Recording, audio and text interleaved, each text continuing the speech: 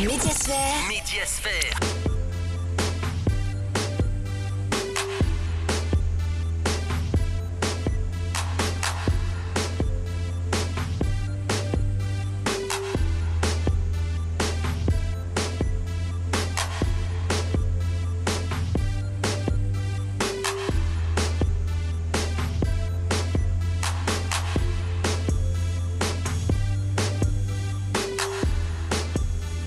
Bonsoir à toutes et à tous, toujours un énorme plaisir, chers téléspectateurs de l'Espace TV, de vous savoir nombreux assis derrière vos écrans en train de suivre cette émission.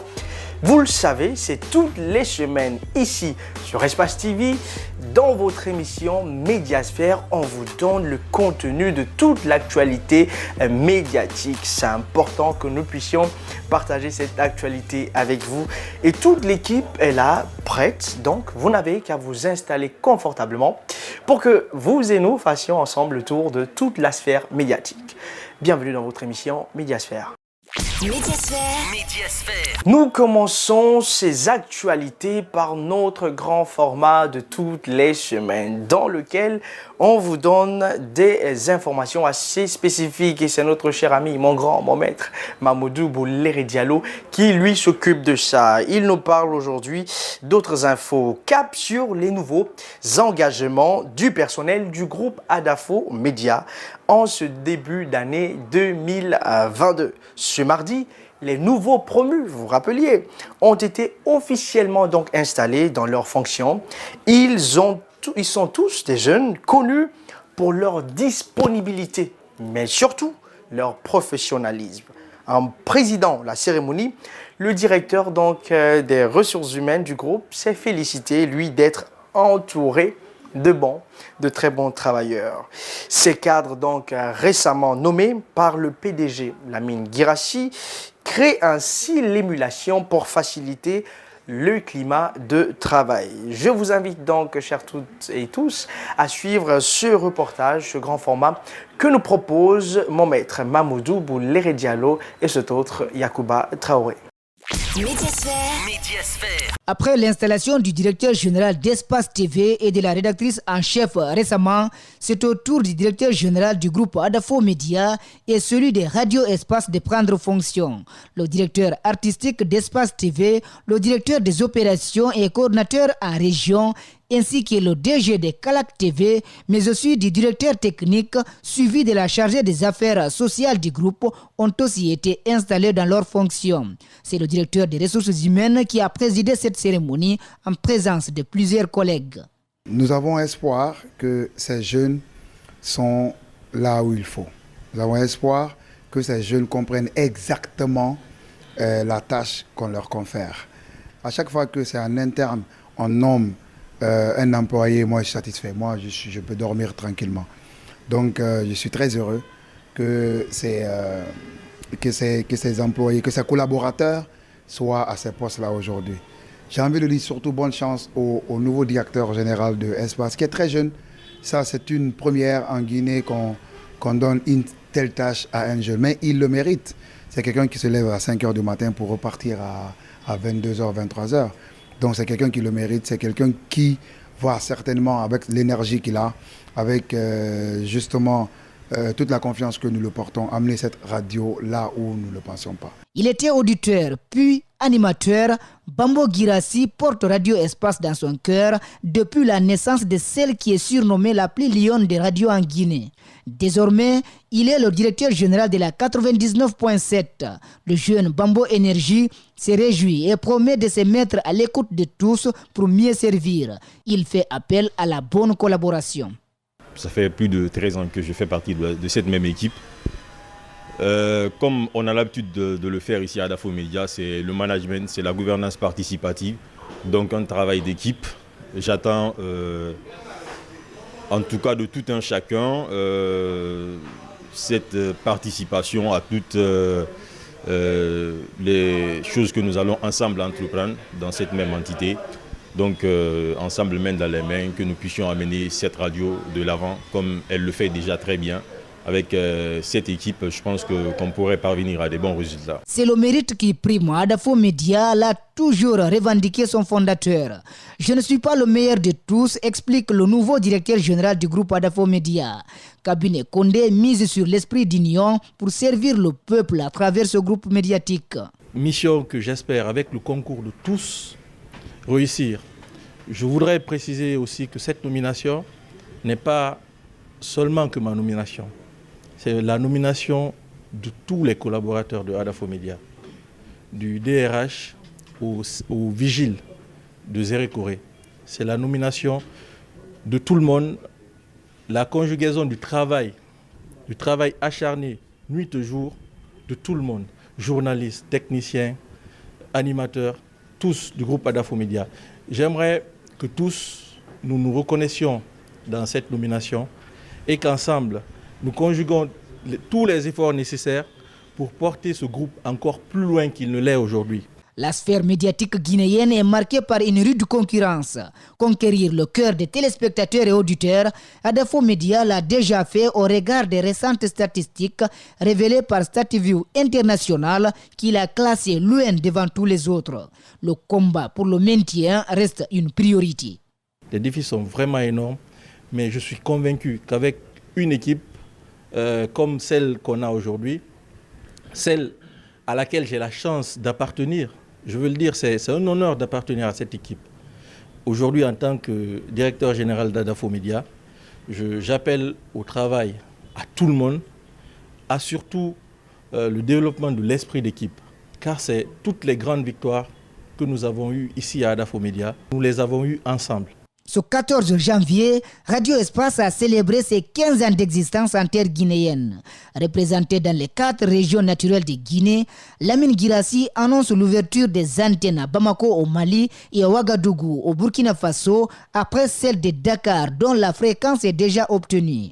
La mise en onde de la 99.9 au Sénégal n'est qu'une question de temps. Médiasphère. Très belle cérémonie donc d'installation de toutes ces personnes. Vous vous rappeliez, il y a une semaine, nous avions reçu ici tous ces nominés cabinet, qui est le nouveau directeur général de tout le groupe Adafo Média. Et puis sur ce même plateau de Médiasphère, on a reçu aussi Mafoudia Bangoura, la nouvelle rédactrice en chef d'Espace TV. Et puis lui aussi, nous l'avons reçu, Jacques Lewaleno, qui est en même temps directeur général d'Espace TV et directeur de l'information. Hein. Rien que des jeunes, hein, c'est un peu à l'image du pays. On a des regards fixés sur eux.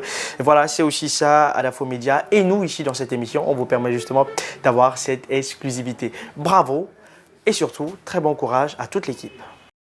Médiasphère. Sinon, à part ça, notre pays, hein, par rapport à la CAN, bon, c'est mort, c'est fini quoi. On en a fini. Les lèvres ne disent en rien, mais sauf qu'au cœur, ça fait assez mal. Et notre cher ami Malick Sangiana Camara s'est intéressé quand même à cette semaine médiatique qui, dans son ensemble, a été basée sur la participation de la Guinée à la Coupe d'Afrique des Nations Cameroun. Il le dit, Malick, fin de l'aventure de notre fameux Sili national au compte de la 33e édition de la Coupe d'Afrique des Nations Cameroun. La déception, il le dit, est difficile d'accepter par les supporters. Et c'est Kaba Diawara, lui, qui en paie les frais. Comme c'est le cas, puisqu'il en est ainsi, concentrons-nous désormais sur notre transition. C'est mieux. On part avec la semaine médiatique de Malick Sangiana Camara. Médiasphère. Bon, puisque l'élimination du Chili est vraiment une réalité, de grâce, l'équipe entière n'a qu'à rembourser notre argent ou... Là, il m'a dit, vous a bien prévenu avant de bouger. Vous êtes laissé battre banalement par une petite équipe comme la Gambie. C'est inacceptable et les Guinéens sont choqués que l'âme du supporter décédé à Yimbaya suite à l'élimination du Chili repose en paix. Pour Kaba Diawara, c'est une déception, oui, qui se lit sur les visages de tous les Guinéens. Mais le bilan, il assume entièrement en tant que premier comptable de ce résultat. Je vais être critiqué, c'est clair. Mais moi, je sais qu'il se passe quelque chose dans le vestiaire depuis un mois maintenant qu'on est ensemble. Et c'est ça que j'ai dit aux garçons. J'ai dit qu'ils pouvaient être fiers. Ils ont tout donné. Aujourd'hui, on a perdu. C'est facile de tirer sur l'équipe. C'est facile de me tirer dessus. Mais moi, je vais assumer. parce que ça fait partie du job aussi, même si je suis un jeune entraîneur, je sais très bien comment ça se passe. Quand on perd, c'est l'entraîneur qui perd seul. Quand on gagne tous. Donc. La défaite d'Issili, Kaba Diawara a payé les frais sous la colère des supporters. Wallah, ils l'ont jeté des projectiles comme s'il était un voleur. Tout compte fait, c'est lui l'entraîneur. Et puis, il est resté figé sous sa tactique de jeu sans fléchir même un instant. Voilà les résultats. Kaba Diawara a bien reconnu avoir reçu de nombreux messages d'appel des entraîneurs, des proches. Ils lui ont suggéré de changer ce schéma, jugé infructueux et inadapté au profil de joueurs dont il dispose.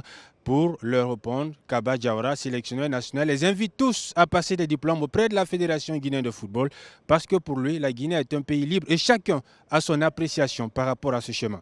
C'est moi qui est entraîneur. Donc si les gens ils ont envie de dire qu'on doit jouer en 4-3-3, c'est leur problème. Si vous prenez mon téléphone portable, j'ai des messages de tout le monde qui dit change, fais ci, fais ça, fais ci. Dans le match, on m'appelle pour me dire change, mais il n'y a que des entraîneurs. Donc j'invite ceux qui veulent changer à aller passer leur diplôme, à venir à la fédération, à poser la candidature. Et s'ils sont retenus, ils feront leur choix en âme et conscience. C'est pour ça que je dis que j'assume. Fini l'aventure de la CAN, focus sur l'essentiel. La transition est en cours dans le pays de l'Aïmadi. Tout le monde s'impatientait pour la nomination des membres du CNT, non? Eh bien, c'est chose faite.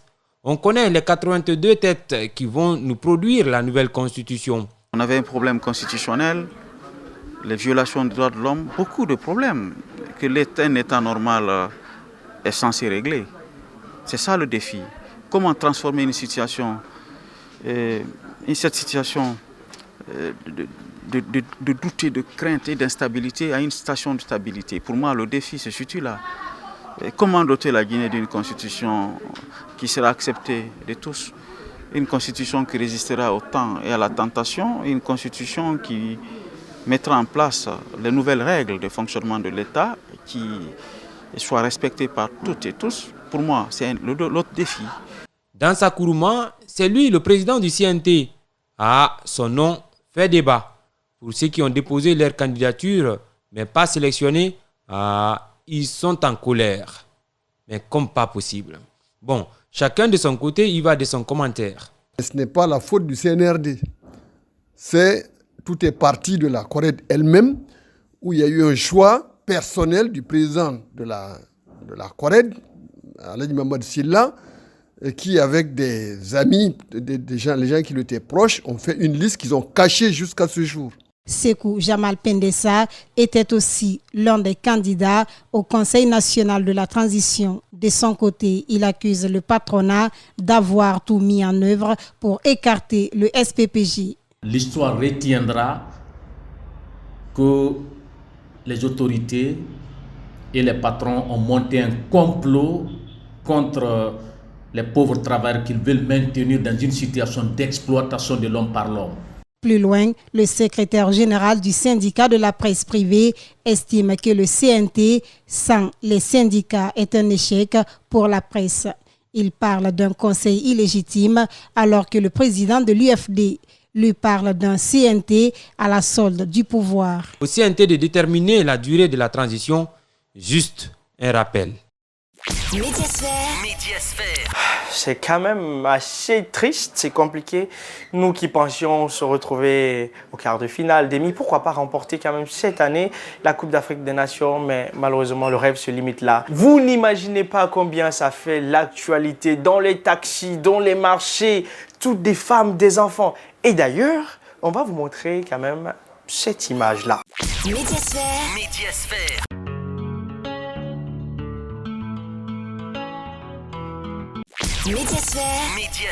Une image, des images de déception et même de ces petits-enfants qui quand même espéraient que leur pays aille de l'avant.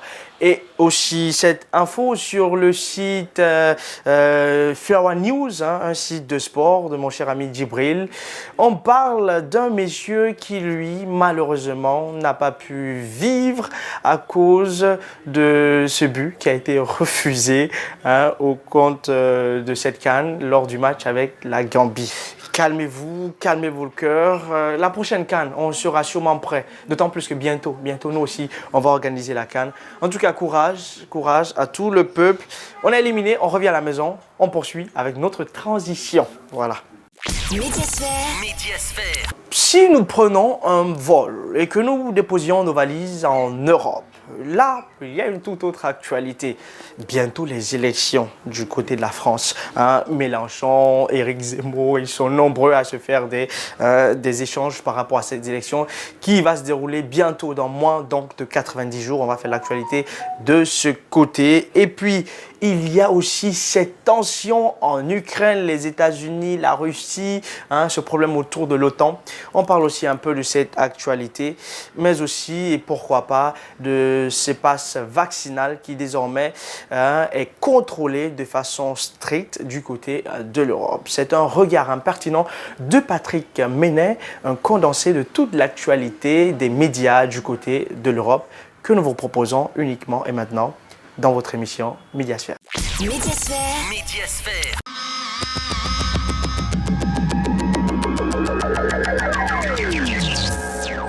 Pourquoi vous ne vous représentez pas aux élections présidentielles? Pour l'instant, je ne suis pas candidat, tu as remarqué. Mais comme ça va pas bien, c'est vrai que... On pourrait se dire, est-ce qu'une candidature de plus serait utile? Je ne sais pas. 76 jours avant le premier tour de la présidentielle, mais dans une semaine, on connaîtra le candidat de la gauche pour la primaire populaire. 467 000 électeurs se sont inscrits à cette initiative citoyenne qui réunit 7 candidats, dont Anne Hidalgo, Yannick Jadot, Jean-Luc Mélenchon ou encore Christiane Taubira. Ce qui fait la différence, sans doute fondamentale, c'est que je ne fais pas l'impasse sur cette échéance. Voilà. Je n'arrive pas à me convaincre que on va voir ça en 2027. Je n'arrive pas à me convaincre de ça. Et je n'arrive pas à regarder les gens en face et à leur dire, bon, c'est quand même pas la fin du monde, dans 5 ans, c'est fini. Je n'y arrive pas, c'est tout. Le nombre d'inscrits est largement supérieur à celui des primaires LR et Europe Écologie Les Verts. Cette semaine-là, c'était 5000 personnes par heure s'inscrivent à la primaire machin chose. Qu'est-ce que vous en pensez, monsieur Mélenchon? Rien du tout, j'en pense rien, je suis pas concerné, débrouillez-vous entre vous, foutez-nous la paix, nous on essaye de convaincre et d'organiser un autre monde. On a tous une fâcheuse tendance à faire de petits arrangements avec sa conscience. Est-ce que vous allez prendre une décision bientôt? Je pose la question. Je vais en tout cas prendre la parole bientôt.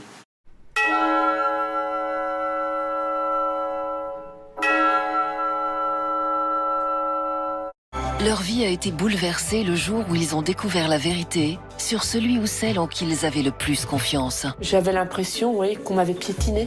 Sérieusement, Gilbert Collard, vous n'avez pas passé un coup de fil à Marine Le Pen? Alors écoutez, je me suis comporté comme Marine Le Pen s'est comportée à mon égard un jour, voilà, tout simplement. C'est-à-dire? Alors, non, je ne vous le dirai pas, parce que si je commence à faire le procès du divorce... Donc ça veut dire qu'il y a aussi... Donc c'est aussi une histoire personnelle. On essaie de comprendre, Gilbert Collard. Mais tout à fait, que c'est une histoire très personnelle que je ne veux pas étaler, parce que je veux respecter Marine, mais qu'elle ne cherche pas, qu'elle ne cherche pas. Pour moi, c'est ça la vraie beauté, c'est la totale affirmation de soi-même. Nathalie Marquet et Jean-Pierre Banon, que d'ailleurs j'aime beaucoup, je l'ai eu au téléphone sur un autre projet. Oui,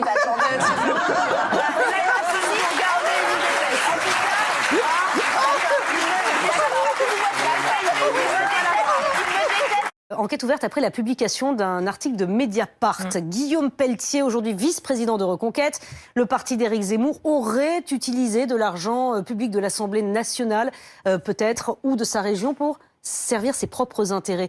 Zemmour, avec sa copine, ils sont allés prendre du poppers dans un magasin érotique à Pigalle.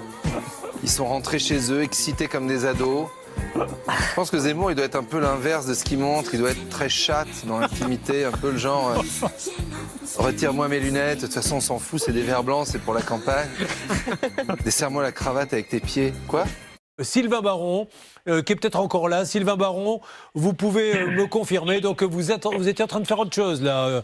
Vous remettez le masque en catastrophe. Mais je vais vous laisser finir, excusez-moi. Dites pardon à cette dame. Éloignez vos enfants s'ils sont devant la télé parce qu'un petit plaisantin a fait une mauvaise blague à la gare de Bourg-Saint-Maurice. Il a inversé les lettres. Je ne lirai pas. Mais je vous jure que c'est vrai. Oh, ça va.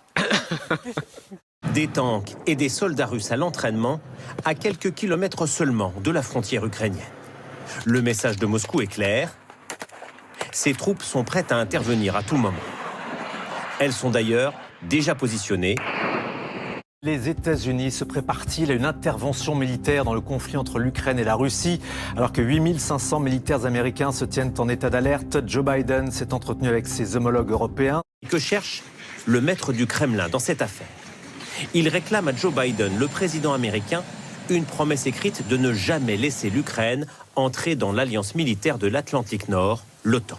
Plus de cinéma, de café, de restaurant, de stade. Si vous n'êtes pas vacciné, le pass vaccinal est entré en vigueur. Et attention, il faut désormais prouver que c'est bien le vôtre. Regardez, ici, on croit que c'est une armoire, mais là, c'est en fait un passage secret.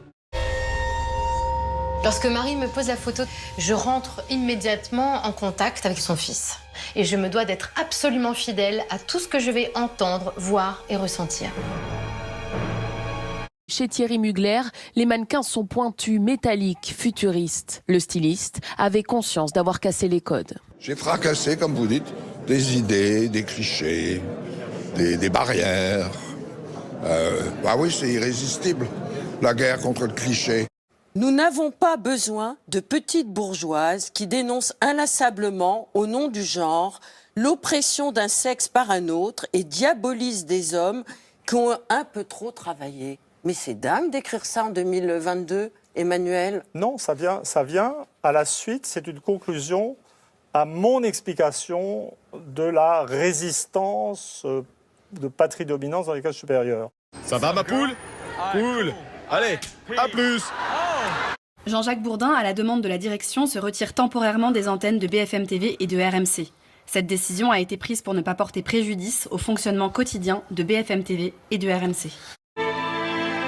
L'artiste finlandais Juho Kontkolareg vient d'achever une œuvre très minutieuse après 109 heures de travail. Il a fallu plus de 5300 pliages pour arriver à un tel résultat.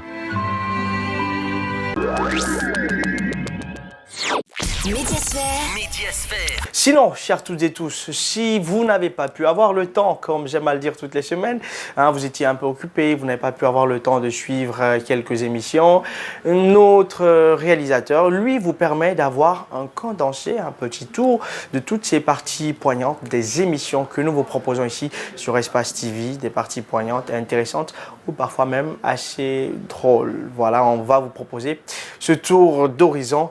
Et c'est dans On Zappe, mais surtout, ne zappez pas, on reste et on termine en beauté. Médiasphère.